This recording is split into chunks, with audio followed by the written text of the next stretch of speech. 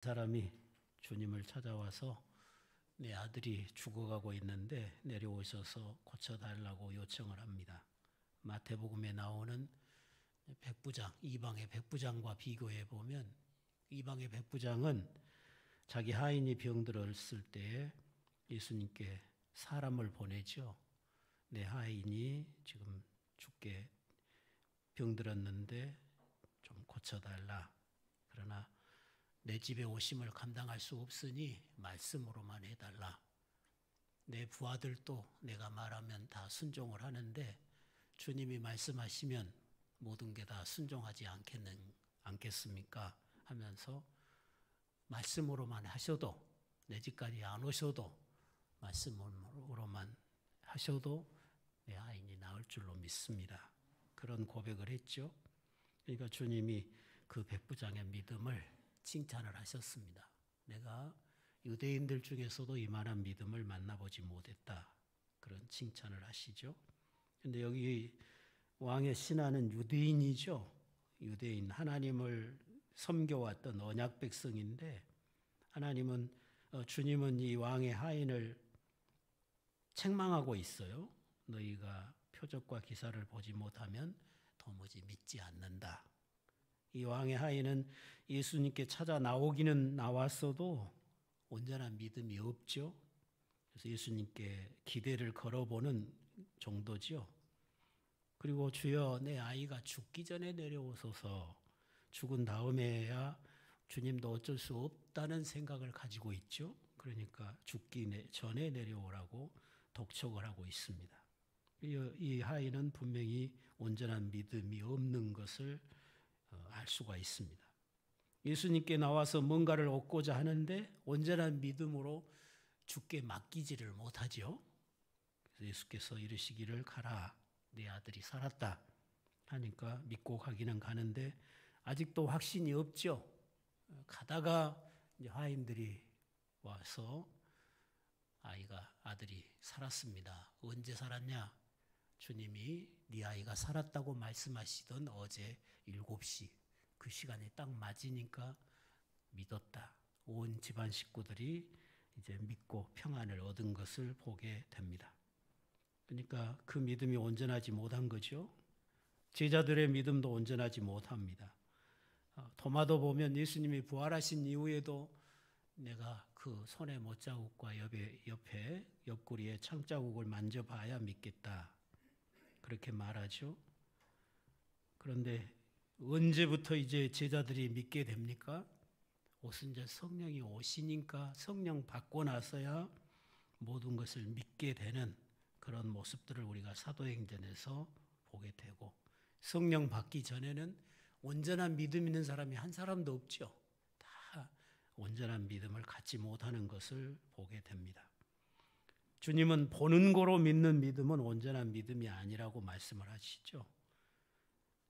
예수를 보지 못하고 예수님이 행하신 것들을 친히 보지 아니했어도 말씀을 통해서 믿는 자가 더 큰 믿음을 가진 자요, 더 복 있는 자라고 말씀하십니다.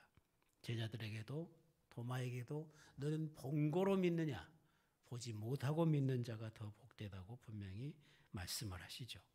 요한복음의 특징이 그래요. 믿음이 없는데도 주님이 은혜를 베푸시는 게 요한복음의 특징이죠. 마태복음이나 공관복음에서는 네가 믿느냐 물으시고 네 믿음대로 될지어다 하시고 꼭 믿음을 요구하시는데 요한복음은 안 그래요. 그냥 처음부터 믿음 없는 세상, 하나님을 대적한 세상, 하나님을 반역한 세상에 주님이 사람 되어서 오시죠. 믿음이 없어도 물로 포도주를 만드셔서 그 혼인잔치에 자기 자신을 참 기쁨을 주는 자로 증거하시죠.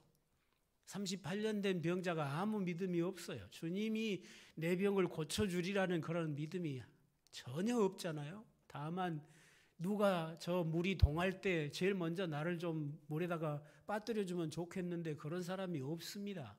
그런 소망뿐이지 자기 병이 나을 것에 대해서 주님이 고칠 수 있다고 하는 기대조차도 없잖아요. 그런데도 주님은 그 38년 된 병자를 고쳐주시죠. 믿음이 없어도 주님은 하나님이시니까 자기 할 일을 하시고 영광을 나타내시는 그런 하나님의 모습을 우리가 요한복음에서 볼 수가 있는 것입니다. 오늘 본문에서도 마찬가지예요. 이 왕의 화인이 온전한 믿음이 없습니다. 없는데도 불구하고 주님은 자기가 해야 될 일을 아시죠. 하나님이시니까 제가 자신이 어떻게 해야 될 일을 아시고 그가 하나님으로서 하실 일, 우리의 생명의 주로서 하실 일을 하심으로 그가 생명의 주님이심을, 그가 생명의 왕이심, 생명의 주인이신 하나님이심을 스스로 증거하시는 그런 모습들을 우리가 요한복음에서 보게 되는 것입니다. 처음부터 보면 하나님은 세상을 사랑해서 그 아들을 보냈지만 세상은 주님을 사랑하지 않잖아요. 주님을 사랑하지 않고 주님을 영접하지도 아니하고 자기들의 죄 때문에 빛이 오셨지만 빛을 싫어했다고 말씀을 하고 있어요. 그런데도 주님은 여전히 세상을 사랑하시고 세상을 위하여 자기 생명까지 내어주시는 그런 주님이심을 이 요한은 증거하고 있는 것입니다. 예수님하고 가장 친하고 가장 가까이 지냈던 가정이 나사로의 가정이었잖아요. 베다니 나사로 가정이었는데 그 가정의 삼남매도 온전한 믿음이 없죠. 그래서 주님이 여기 계셨더라면 내 오라버니가 죽지 아니했을 것입니다. 네가 부활을 믿느냐 그러니까 믿습니다. 이제 나중에 종말에 부활할 것은 믿는데 지금 자기 오라버니가 죽음에서 다시 살아날 것은 믿지 못하잖아요. 그런데도 주님은 나사로야 나와라 해서 살리시고 자신이 생명의 주인이시고 부활이심을 증거하는 그런 모습들을 우리가 요한복음에서 보게 되는 것입니다. 그러니까 사람들이 믿음이 없어도 주님은 하나님으로서 자기가 해야 될 일을 하시고 믿음을 갖게 해 주시는 거죠. 믿음을 보시고 일하시는 게 아니라 믿음이 없어도 일하시고 믿음을 갖도록 인도해 주시는, 공간복음하고는 반대잖아요. 공간복음은 믿음을 보시고 믿음을 요구하시고 믿느냐고 물으시고 행하시고 증거하시는데 요한복음은 그런 믿음 없어도 자기 할 일을 행하시고 그 일을 통해서 자기 백성들에게 믿음을 주시는 그런 하나님으로 증거하고 계십니다. 주님께서 이 땅에 오셔서 친히 증거하셨는데 주님이 이 땅에 오셔서 증거하신 모든 증거는 다 보여주는 증거였잖아요. 자신이 친히 기적을 베풀면서 병든 자를 고치고 죽은 자를 살리고 무리를 걷고 전부 보여주는 증거였잖아요. 이런 증거를 통해서 많은 사람들을 믿음으로 이끄셨습니다. 그러나 이제는 부활하시고 또 성령을 통해서 우리에게 오신 주님은 보이는 증거가 아니라 보이지 않는 증거를 통해서 오늘 우리들에게 믿음을 더하시는 것입니다. 그러니까 예수님 당시의 모든 사람들, 제자들을 포함해서 모든 사람들은 보고 믿는 사람들이고 오늘 우리는 보지 않고도 믿는 사람들이죠. 오직 성경을 읽고 예수님을 친히 보았던 자들이 그 보았던 것을 기록해 놓은 게 성경이잖아요. 우리는 그 성경을 읽으면서 사도들이 보았던 그것을 내가 본 것처럼, 사도들이 들었던 모든 말씀을 내가 들은 것처럼 믿고 주님과 교제해야 됩니다. 그게 우리의 믿음이에요. 그러면 우리 믿음이 더 온전한 거죠. 그리고 우리가 더 복된 자들이라고 주님은 말씀을 하고 있는 것입니다. 성령이 우리 안에 계시면, 성령이 오셨으면 아버지와 아들이 내게 오심이라 그랬죠. 예수님이 이 땅에 오신 것이 하나님이 세상에 오심이었잖아요. 이제 성령이 오시면 아버지와 아들이 우리에게 오심이에요. 여러분이 예수 믿고 성령을 받으셨으면 아버지의 영이 여러분에게 오신 거고 아들의 영이 여러분에게 임하신 거죠. 그러니까 아버지, 성부와 성자와 성령 삼위 하나님이 우리 안에 그 영으로 거하고 계심이 오늘 우리가 받은 구원인 것입니다. 그래서 성부와 성자와 성령 삼위 하나님과 교제 가운데 사는 거죠. 생명의 교제 가운데 사는 게 우리의 신앙 생활인 것입니다. 우리가 예수 믿고 성령 받음은 곧 삼위 하나님이 친히 나와 함께 계시고 나와 동행하시고 나를 인도하신다고 하는 사실을 믿을 수 있어야 되는 것입니다. 예수님께서 땅에 계실 때는 아무리 주님이 하늘 영광을 증거해도 제자들이 믿지 못했잖아요. 그러나 오늘 우리들은 하늘 영광을 바라보고 믿음으로 살 수 있어야 되죠. 주님이 들어가신 저 하늘 보좌, 주님이 서 계신 저 하나님의 보좌 우편이 우리가 서 있는 그런 자리임을 분명히 믿고 언제든지 하나님의 은혜의 보좌 앞에 담대히 나아가서 하나님의 이름을 부르고 하나님을 예배하는 우리의 삶이 되어야 될 것입니다. 예수님은 죽기까지 순종하심으로 아버지 앞에 부활의 영광을 얻으셨고 저 하늘 보좌 우편에 앉는 영광의 자리까지 오르신 것이죠. 그리고 우리에게 아버지로부터 성령을 받아서 이 성령을 보내주셨습니다. 그리고 그 성령은 땅의 영광을 증거하러 오신 게 아니에요. 하늘 영광을 우리에게 증거하러 오신 것입니다. 땅의 영광만을 바라보고 사는 사람은 거듭난 사람이 아니죠. 하늘 영광을 바라보고 하늘의 소망을 두고 사는 사람이 거듭난 사람이에요. 특히 베드로 사도는 베드로 전후서에서 거듭난 사람은 소망이 거듭나야 된다고 말을 해요. 여러분이 바라는 바가 여러분의 소망이 땅의 것뿐이면 거듭난 사람이 아니라는 거죠. 하늘의 소망을 두고 위의 것을 찾고 위의 것을 바라보고 살아야 그게 거듭난 사람이라고 분명히 말씀을 하고 있는 것입니다.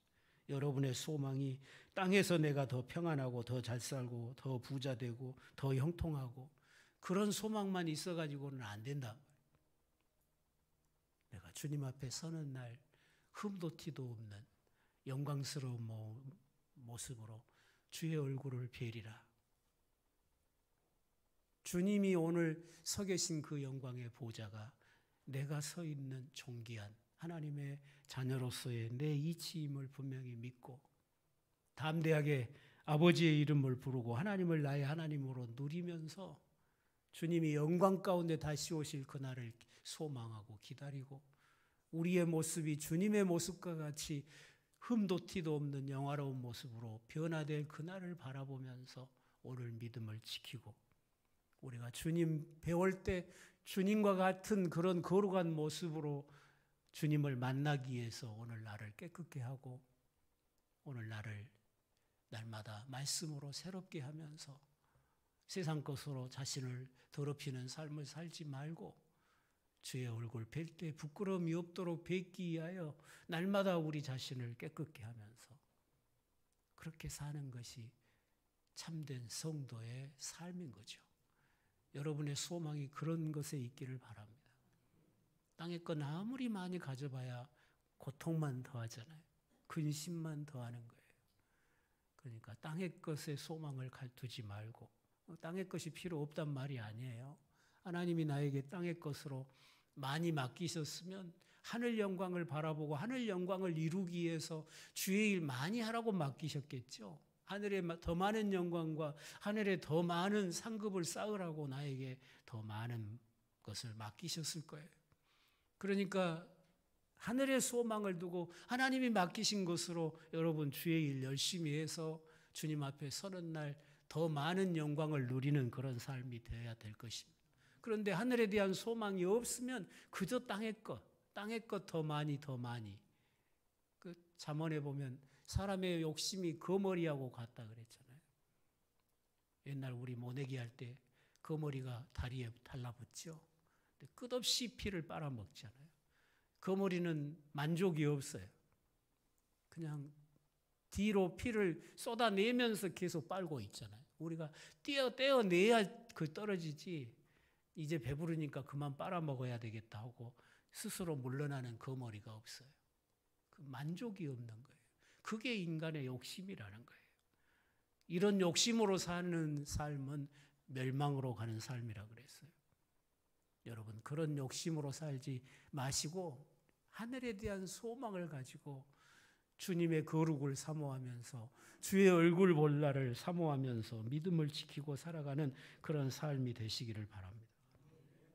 저와 여러분 안에 사시는 분이 누구십니까? 멀리 떨어져 있어도 말씀 한마디로 모든 병을 고치실 수 있는 분이잖아요. 친히 죽음을 이기시고 부활하셔서 생명의 주가 되셔서 죄와 허물로 죽었던 우리를 살리시고 죽은 자도 살리시는 그런 부활의 주님이십니다. 생명의 주님이십니다. 생명의 주인이신 분이죠. 그 주님이 친히 말씀하셨죠.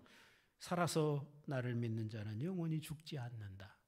무릇 살아서 믿는 자는 나를 믿는 자는 영원히 죽지 않는다. 죽어도 다시 산다. 그렇게 말씀하셨잖아요. 우리 안에 있는 생명의 증거는 내가 무슨 일을 만나도 내가 병들었을 때 꼭 고침을 받아야만 주님이 나를 사랑한 증거가 아니에요. 내가 내 병이 고침받지 못할지라도 생명의 주님은 나와 함께 계심을 믿으시기를 바랍니다. 바울은 그랬잖아요. 자기 질병 때문에 하나님 앞에 3번이나 기도해서 내 은혜가 너에게 족하다. 네가 약할 때 내가 강함이라. 그걸 깨닫게 해주셨죠. 내가 하나님 앞에 계시받은 것이 하도 많으니까 교만해질까 봐서 하나님이 나를 겸손한 자리에 머물게 하시려고 나에게 이 약한 질병을 주셨구나. 내가 이 질병을 가진 것이 은혜구나. 내가 이제부터는 내 연약함을 자랑하리라. 그러니까 바울은 자신의 병을 고침받지 못한 것이 하나님의 더 큰 은혜임을 깨닫고 하나님께 찬양을 드린 거잖아요. 우리는 그렇게 생각 안 하죠. 내 병이 고침을 받아야만 하나님이 나를 사랑한 증거라고 그렇게 해석하려고 하잖아요. 그러지 마시라는 것입니다. 내가 하는 일이 다 성공해야만 주님이 나를 사랑하신 것이 아니라고요. 실패해도 거기에 더 많은 하나님의 사랑이 있을 수 있는 거죠. 내가 잘못된 길을 간다면, 내가 성공한 것이 오히려 내 영혼이 망할 일이 된다면 하나님은 실패하게 하실 것입니다. 그래서 내 영혼이 오히려 더 안전한 곳에 있게 할 것입니다. 차라리 가난했더라면 내 영혼이 안전할 뻔했는데 내가 부요해진 것이 내 영혼이 이태로워진 경우가 얼마나 많습니까? 그렇죠? 내가 차라리 몸이 연약했더라면 더 내 영혼이 안전한 곳에 머물렀을 건데 내가 건강하니까 오히려 온 세상을 다 돌아다니면서 더 많은 죄를 짓고 내 영혼이 더 이태로운 자리로 떨어지는 그런 경우가 얼마나 많습니까? 그러니까 우리 생각하고 하나님 생각이 달라요. 우리는 그냥 나 평안하고 나 잘되고 나 성공하고 나 부자되고 나 오직 건강하고 그런 걸 바라잖아요. 근데 주님은 내 몸이 연약하게 해서라도 내 영혼이 건강하기를 바라고 내가 가난하게 되게 만들어서라도 내 영혼이 부여하기를 바라고 육체는 잠깐이잖아요. 그러나 우리 영혼은 영원하기 때문에 하나님은 우리의 영을 더 소중히 여기신다는 것을 믿으시기를 바랍니다.